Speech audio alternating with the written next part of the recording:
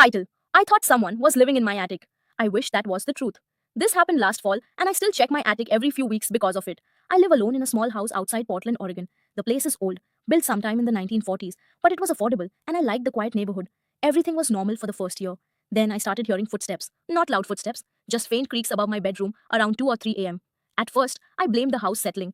Old houses make weird noises, but the sounds became more frequent. One night, I clearly heard 3 slow steps directly above my bed. Step, step, step. Then silence. I grabbed a flashlight and checked the attic. Nothing. No animals. No signs of a break in. Nothing. A few days later, I noticed something strange. A kitchen cabinet was open when I got home from work. I was certain I had closed it. Then it happened again and again. Soon I started taking photos of rooms before leaving the house. Every evening, I compared them. Most days, nothing changed. Then one Friday, I found a chair moved several feet from where it had been that morning. I called the police. They searched the entire house. Nothing. No intruder. No evidence of anyone entering. The officer suggested I might be stressed and overlooking things. Honestly, I started wondering the same thing. Then came the night that changed everything.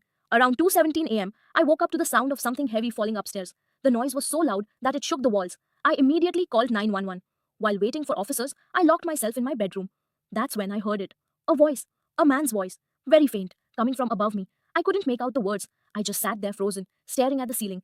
When police arrived, they searched the attic again. Nothing. But this time, one officer noticed something unusual: a narrow wooden panel behind insulation. It wasn't part of the original attic design.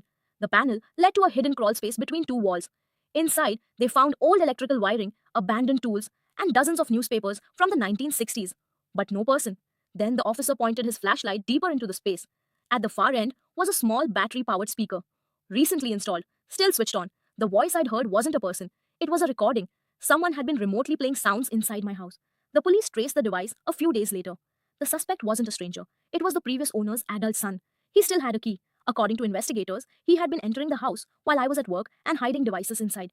His goal wasn't burglary. He wanted to scare me into selling the property because he believed there was cash hidden somewhere in the walls by his late father. There wasn't. But for nearly 3 months, he had been trying to convince me the house was haunted. The creepiest part? Police found evidence that he had been inside my house less than 2 hours before I called 911 that night. If that speaker hadn't fallen and made noise, I might never have known he was there.